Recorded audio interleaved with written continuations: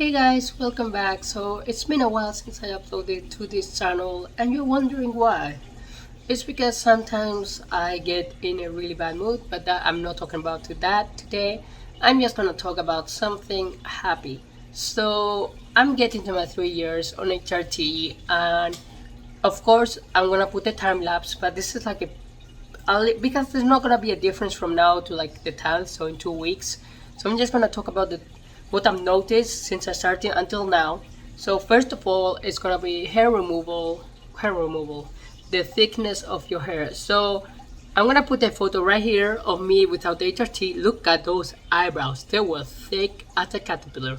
And now, because I've been nearly 3 years on HRT, yes, my hair grows, but it's thinner, and that applies to everywhere in my body. So yes, hair still comes out, but thinner. You can't notice it at all.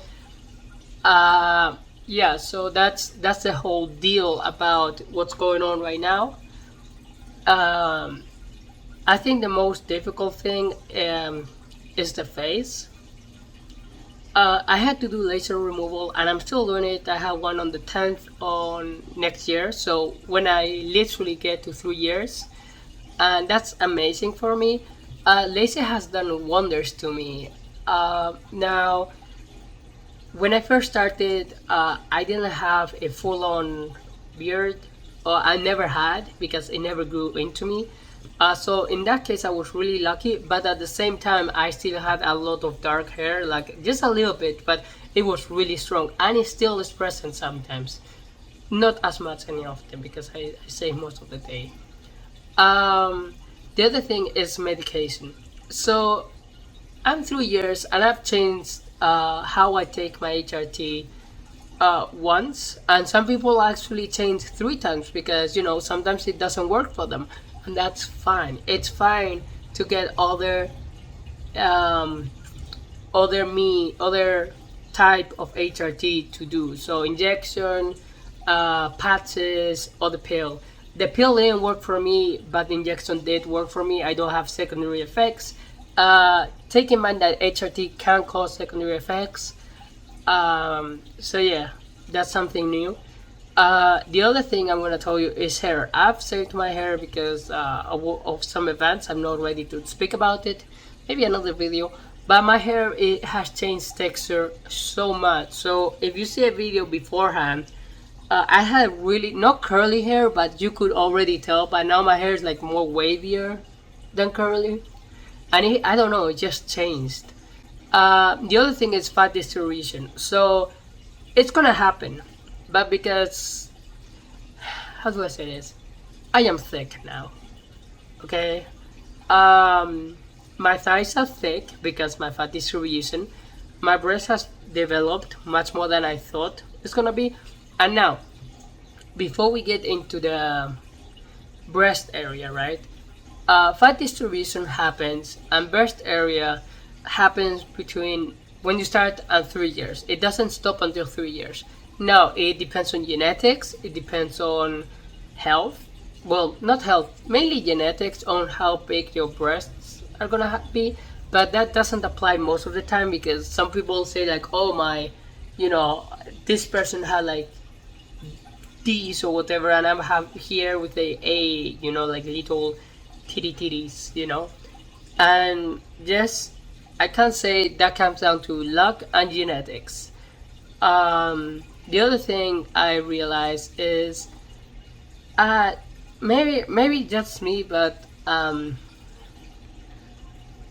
just how, I mean, I was already really feminine before coming out, so I think it's like I had to prove a point, but not right now. Now I'm being more myself. People don't actually care unless you're like, you know,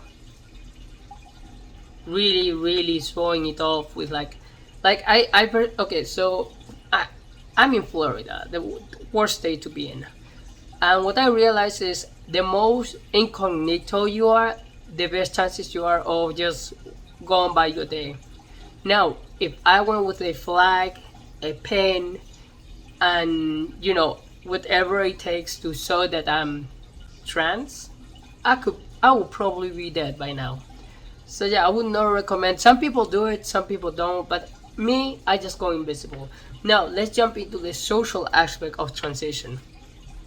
So when I first started transitioning, I didn't notice as much. My what we call like male privilege was still there, kind of. I never had it, but whatever. I don't believe in that. But, well, I do, but I don't at the same time. But then I believed it more once I transitioned. So around like 6 months, maybe 8, I started to be called ma'am. That's not a problem with me, but the people started to treat me different in what the society, um, deems normal. And from there on, I just been growing and growing and growing, and obviously with longer hair that I had, and now, to be honest, I still call, I'm still be called ma'am and everything else. And yeah, like things I can't do anymore, like I used to do, but I didn't do it as often because I wasn't proud of my body. But taking your shirt off as your pre HRT, I could do it, you know, and I wouldn't even beat an eye on it on the street. Now I do it, and I probably get arrested by decency, so public decency. So maybe not the best. The other thing you're gonna notice is guys will flirt with you no matter what you do. Now, does that apply to everyone? No. But will it happen eventually to everyone? Yes. In one sort of on one way or another, it's gonna happen. And sadly, when it happened to me, I was really naive. I'm still am, but I'm much better now. The other thing I'm gonna tell is, and this is really hard to admit, but when I was younger, like 17, when I was coming out, and I couldn't take my medication, dysphoria was really big to me. People will chase you, like not chase you physically, but chasers basically. Even that you get your wig and the dress and you put on makeup and you put it on like Facebook, whatever, people will chase you and tell you you're the most beautiful thing, and you will fall for it. And that's really dangerous. It happened to me because I have low esteem in my body, and still do. I still have low esteem in my body. Um, yeah, I think that's it. I mean, oh, and your skin will really, really be really soft. You just need to take care of it. Just put lotion and you'll be fine. Um, yeah. The other thing is, never, once you transition and you are being, um, you know, publicly you are presenting as yourself, just don't um, fight back or alter your voice, because yes, I know it's defending yourself. I mean, something is putting your word in, and something is like screaming at someone because you're right or whatever.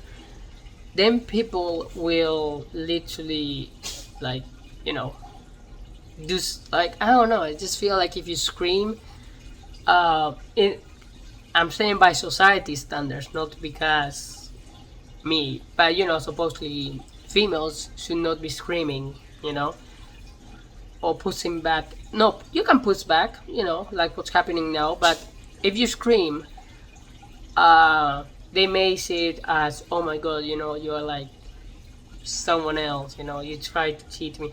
And bars never take drinks from anybody,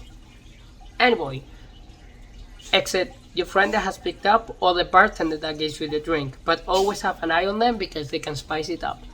Thanks for watching, and I'll see you guys in the next video. Bye!